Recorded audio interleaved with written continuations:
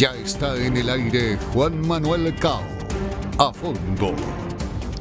El gobierno de los Estados Unidos nos ha confirmado hoy lo que adelantáramos ayer, que una delegación de alto nivel estadounidense aterrizará este mismo mes en La Habana para negociar un diálogo al que han llamado para el cumplimiento de la ley y que estará incluso el FBI allí. Eso por un lado. Por otra parte, ustedes recordarán que el lunes entrevistamos al oficial de la contrainteligencia estadounidense que interrogó a la espía castrista Ana Belén Montes una vez que ya estaba presa. Hoy está con nosotros el agente especial del FBI que la investigó previamente antes de arrestarla y además que la capturó, participó de su captura. Su testimonio, les adelanto que está repleto de revelaciones importantes. También hemos tenido acceso a un sinnúmero de fotografías de quien ha sido calificada como la más dañina de las agentes mujeres y la primera imagen de la otra peligrosa espía. Recuerdan que les comentamos que fue la que dio los primeros pasos para indicar o incluso reclutar a Ana Belén Montes y que inexplicablemente escapó y vive en Suecia. Este también va a ser un programa sumamente interesante. Muy buenas noches a todos ustedes. Bienvenidos a Fondo.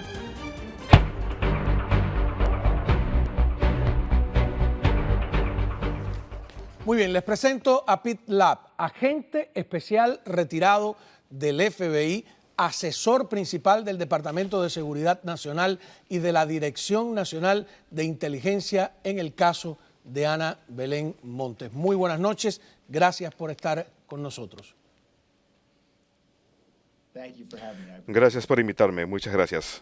Cómo no. A ver, yo quiero empezar en el otoño del año 2000, cuando la Agencia de Inteligencia del Departamento de Defensa supo que ustedes estaban realizando una investigación ultra secreta, porque sabían que había un topo, pero no sabían el nombre, no sabían siquiera en qué agencia podía estar. ¿Qué les despertó sospechas para iniciar esta investigación ultra secreta?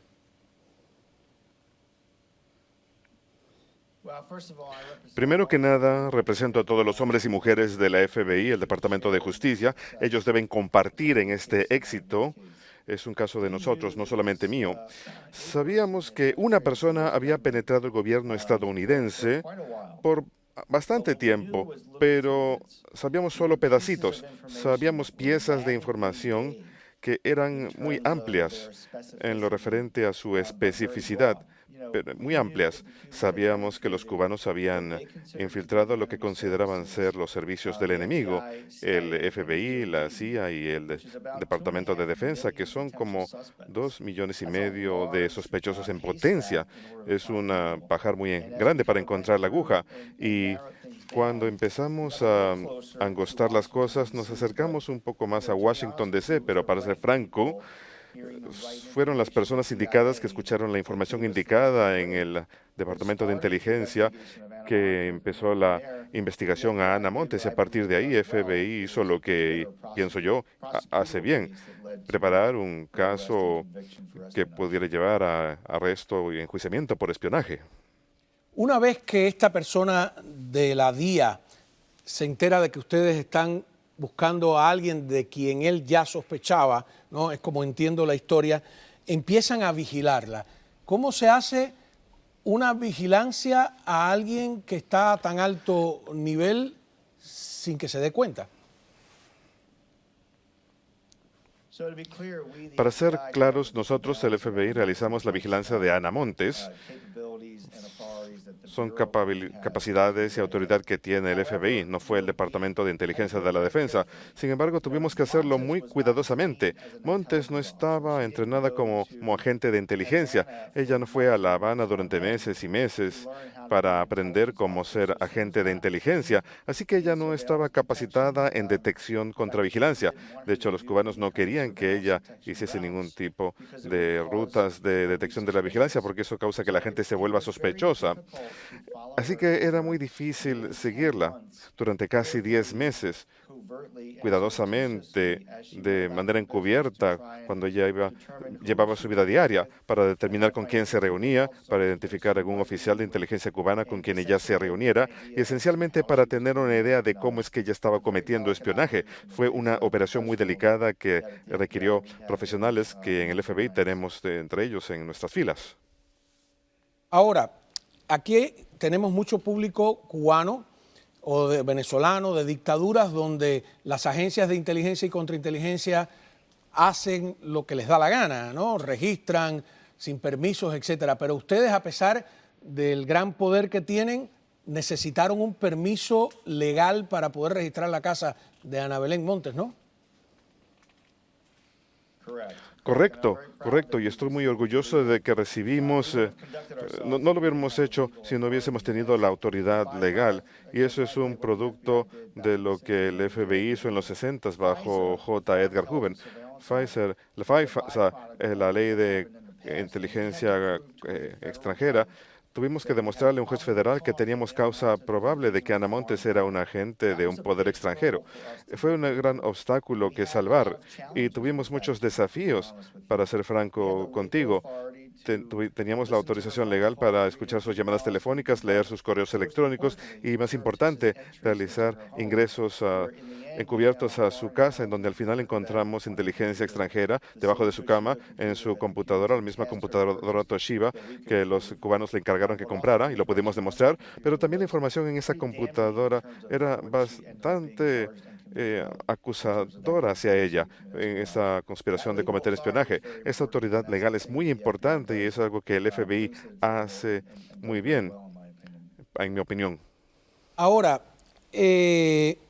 entre las cosas que encontraron, ¿no? El radio de onda corta, ya sabemos que Cuba manda códigos abiertamente en números por onda corta, que luego le encontraron también cómo descifrar esos códigos que son en números y convertirlos en letras, pero encontraron una bolsa, por ahí tenemos una foto, donde supuestamente era una bolsa lista para fugarse, es lo que entiendo.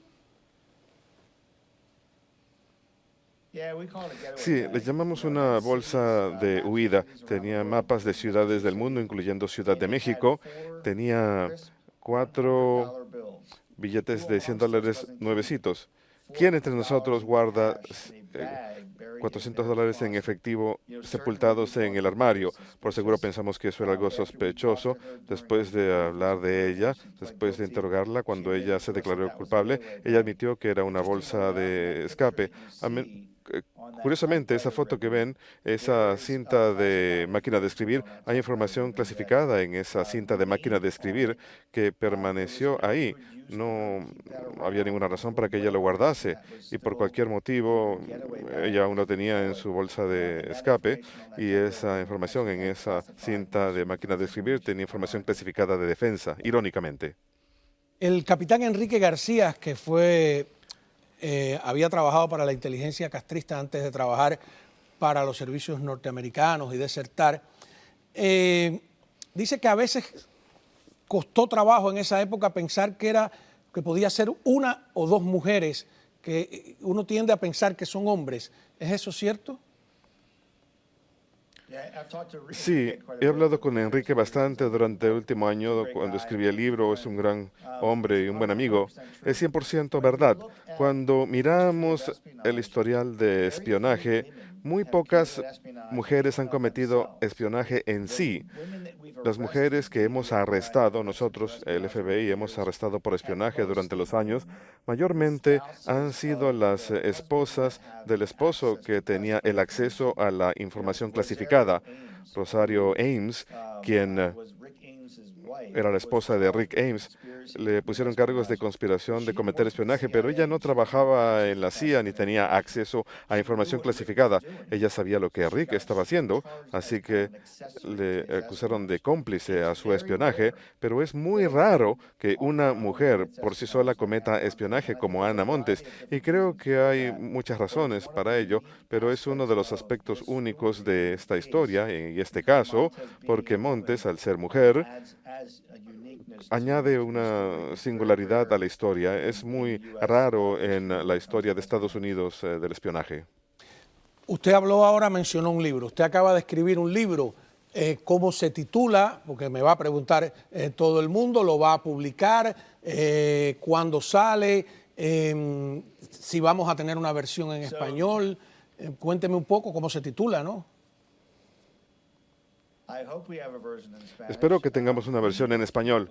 La Reina de Cuba es el nombre del libro, de mi libro. La reputación de ella, su leyenda, su apodo dentro de la comunidad del espionaje era la Reina de Cuba. No sé si siempre fue algo positivo, pero me llamó la atención que era muy representativo de lo que ella es o era. El libro saldrá en octubre. Está siendo publicado por Postal Press.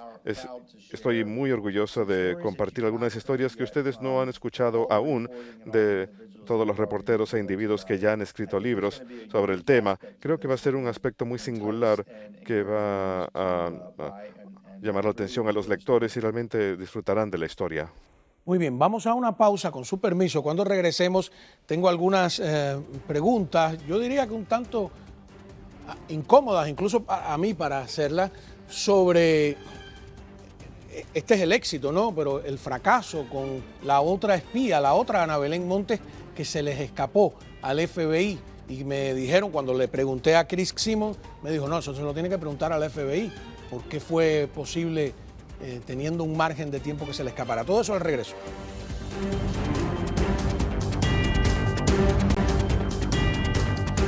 Muy bien, seguimos hablando con Pete Lapp, agente especial retirado del FBI y asesor principal del Departamento de Seguridad Nacional y de la Dirección Nacional de Inteligencia en el caso de Ana Belén Montes, que ya nos tiene fecha para la publicación de este libro, La Reina de Cuba, que era, como les decían, antes de ser arrestada, Ana Belén Montes, y que va a estar lleno de revelaciones, sin duda.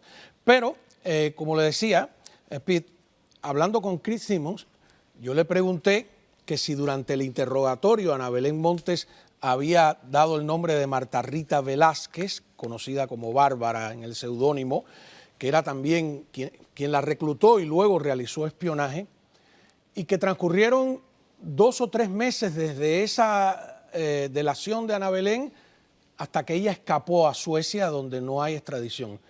Y me dijo, tienes que preguntarle al FBI por qué no la arrestaron. Así que le traslado la pregunta, ¿por qué no la arrestaron?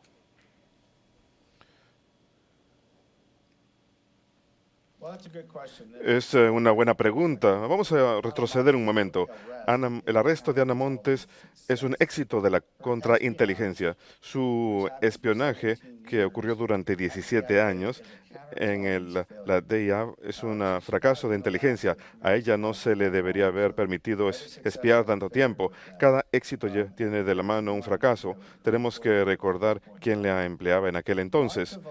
Marta Velázquez no era conocida para el FBI el día antes de que Ana Montes se declarara culpable en el tribunal. El primer día, esa tarde, después que ella se declaró culpable en el tribunal, ella vino a la agencia de terreno del FBI, se sentó en la mesa con sus abogados de gobierno, y Steve McCoy y yo. Y fue la primera vez que escuchamos el nombre Marta Rita Velázquez. Fue el primer momento que, de hecho, conocimos su nombre. Saber que alguien es la que está en la foto, espionaje. Disculpe que interrumpe, ahí está en Suecia, todavía vive allí, nunca fue arrestada, para que el público sepa de quién hablamos. Puertorriqueña también. Disculpe, adelante.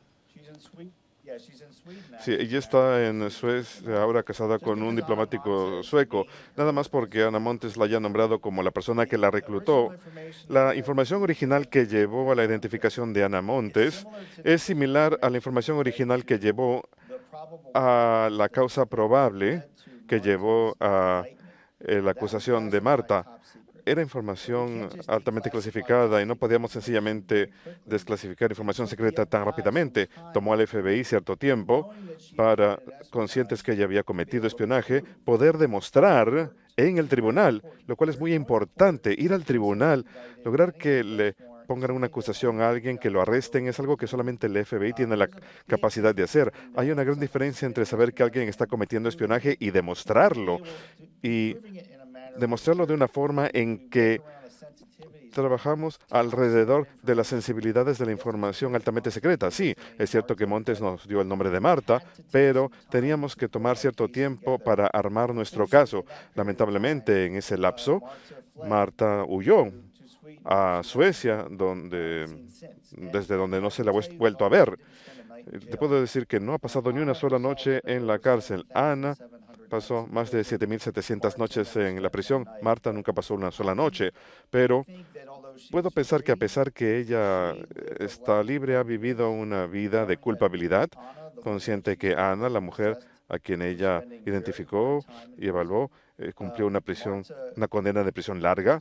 Marta era muy cercana a su padre en Puerto Rico y cuando él falleció, ella no pudo ir al funeral. Estoy seguro que eso le causó mucho dolor personalmente y a pesar que ha estado libre, no me puedo imaginar que ella no ha vivido una vida libre de culpabilidad. Realmente me gustaría verla en la cárcel, sin duda, pero saber que alguien ha cometido espionaje y demostrarlo, hay una gran diferencia entre ello y eso es lo que hace el FBI. Tardó cierto tiempo en hacerse y lamentablemente huyó en ese momento. Uno de los analistas de datos en ese momento creía que la condena a Ana Belén Montes no iba a pasar de 10 años. Usted pensó que mucho más, que 25, que fue en definitiva a lo que se le condenó. Chris Simons dijo que él está personalmente en contra de la pena de muerte, pero creía, después de escuchar todo lo que el daño que ella hizo, que merecía a Ana Belén la pena de muerte. ¿Usted coincide con Simons en esta evaluación?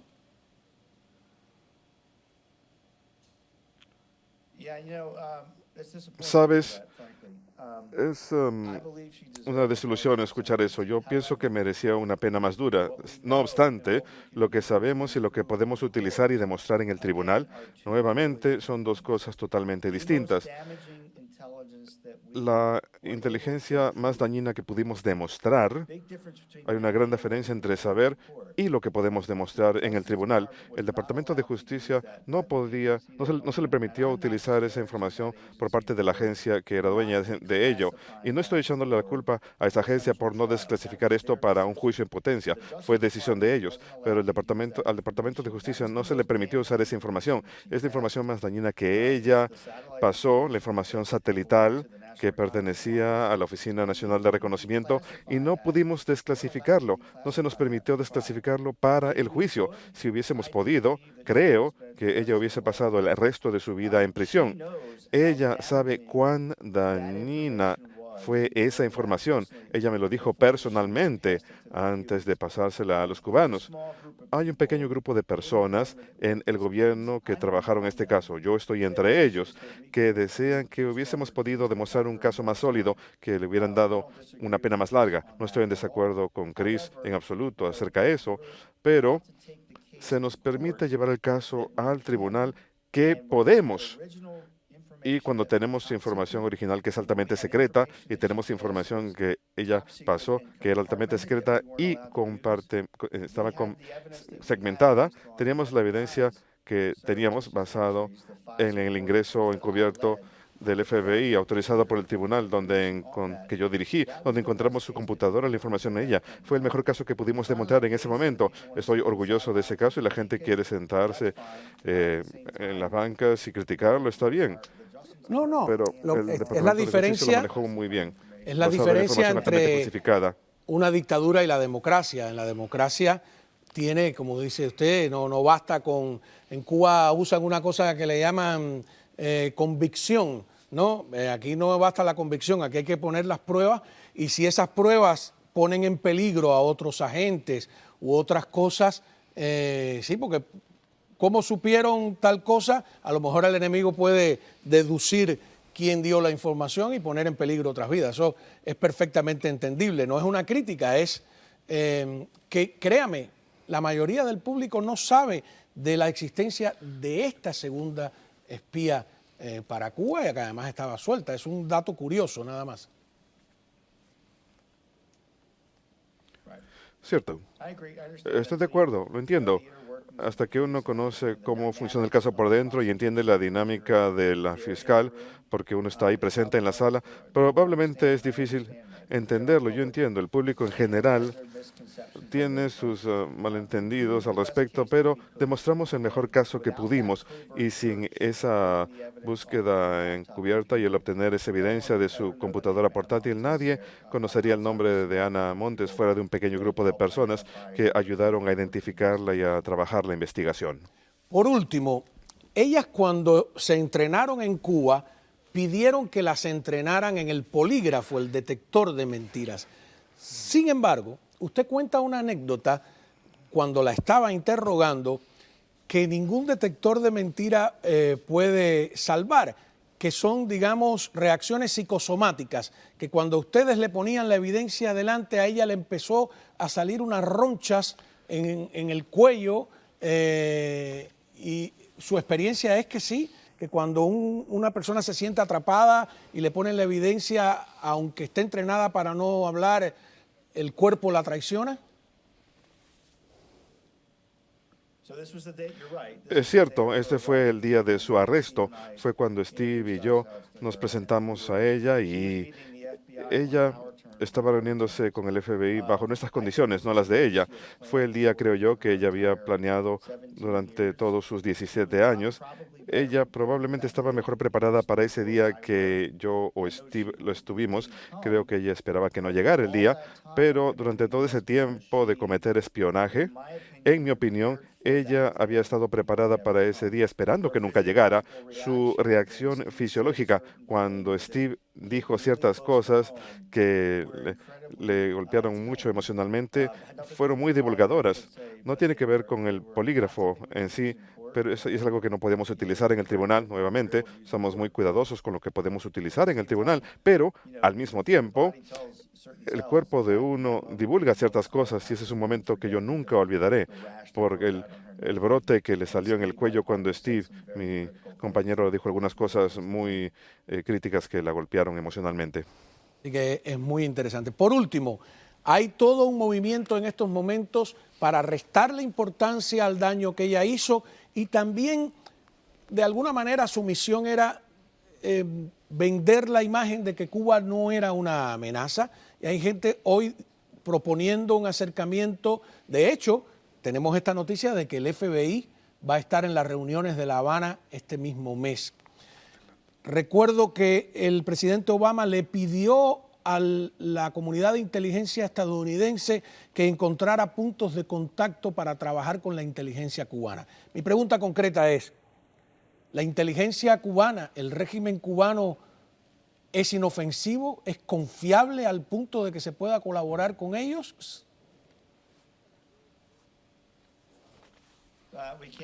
No podemos colaborar con ellos desde una perspectiva de inteligencia. En mi opinión, son uno de los mejores servicios de inteligencia del mundo. No son grandes, no son tan grandes como probablemente la CIA o la antigua KGB o incluso la MSS China, pero son increíblemente buenos. ¿Y esto es por qué? Porque son muy buenos para reclutar individuos que piensan como ellos, como Ana, como Marta, como Kendall Myers, quienes creen en lo que los cubanos están haciendo. Y eso en mi mente los hace incluso más peligrosos que los rusos, porque los rusos son buenos para pagar, repartiendo dinero y encontrando individuos que son moralmente corruptos y empujados por causas económicas. Así uno esté de acuerdo con Ana Montes o no, uno tiene que respetar que ella tiene lo que ella pensaba era un llamado moral y estaba haciendo lo correcto y encontrar personas. Los cubanos encuentran personas que tienen esa empatía visceral a lo que ellos están tratando de hacer. Son muy buenos en ello y en reclutarlos, en hacer que ellos se ofrezcan de voluntarios. Y cuando es una relación no basada en el dinero, sino en un interés mutuo, creo que es algo increíblemente beneficioso. Para responder tu pregunta, yo no veo, bajo el régimen actual en Cuba, que podamos cooperar, en especial desde una perspectiva de inteligencia. Estamos demasiado separados en la forma en que vemos las cosas y creo que sería una vulnerabilidad para la comunidad de inteligencia estadounidense. ¿Es Cuba una amenaza todavía para los Estados Unidos? Totalmente, desde una perspectiva de inteligencia. No temo que los MIGs cubanos vuelen a la Florida y nos ataquen. Creo que nuestras Fuerzas Armadas son mucho más superiores que las de ellos, pero desde la perspectiva de inteligencia, Cuba totalmente sigue siendo una amenaza de inteligencia a los Estados Unidos. Muy bien. Para terminar, entonces, el libro, repitamos, me imagino que lo va a presentar también en Miami. ¿En qué mes? Si tiene ya una fecha para que el público esté atento. Pueden ordenar La Reina de Cuba ahora. Hay preórdenes disponibles en Amazon o donde compren libros. Estamos programados para lanzarnos en octubre. Estoy seguro que pasaré mucho tiempo en Miami hablando sobre la historia, hablando sobre el caso. Anhelo mucho poder pasar el otoño en el sur de la Florida y compartir esta historia con tu audiencia y con el resto del sur de la Florida, quien quiera escucharlo. Muy bien, espero que cuando venga por acá, pues esté en persona aquí. Será un gusto conversar sobre esto, porque por supuesto que esta información es muy importante para nuestra comunidad, para el país y para protegernos de alguna manera de este servicio de inteligencia que no tiene, y eso es importante para ya concluir, el peligro que yo veo de los servicios de inteligencia cubanos que no tienen los límites legales que tiene el FBI y la CIA, ¿no? 100% está en lo correcto. La FBI, porque queremos proteger al pueblo estadounidense de intrusión gubernamental, queremos asegurarnos de hacer las cosas legalmente, y las normas y leyes de la FBI son totalmente inflexibles. Esas leyes no existen en Cuba. Los cubanos hacen lo que quieren dentro de Cuba y muestran una gran distinción entre la FBI y el Servicio de Inteligencia cubano. Muchísimas gracias.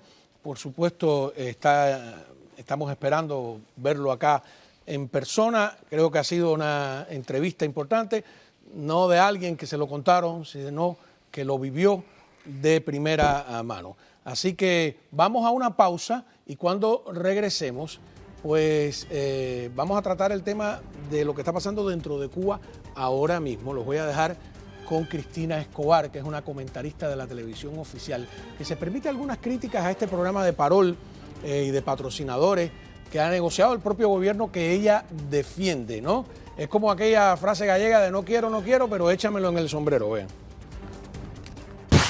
Hola, buenas noches. La crisis en la frontera sur de Estados Unidos se ha convertido en un problema ya demasiado grande para un presidente que pretende reelegirse en las próximas elecciones. Joe Biden cierra las puertas a ciudadanos de 4 países que de intentar entrar a Estados Unidos y ser intervenidos por la Guardia Fronteriza serán automáticamente expulsados, un movimiento hacia la derecha de un gobierno que intentó tener, decía, un enfoque supuestamente más racional hacia la migración. Ciudadanos de Cuba, Nicaragua, Haití y Venezuela, si intentan cruzar la frontera de México ilegalmente o la de Estados Unidos y son atrapados por las autoridades pertinentes, serán deportados. Organizaciones de derechos humanos en Estados Unidos clasifican esta política como una desgracia humanitaria porque impide que muchas personas que se van de sus países huyendo de violencia o de pobreza no tendrán la oportunidad de pedir asilo.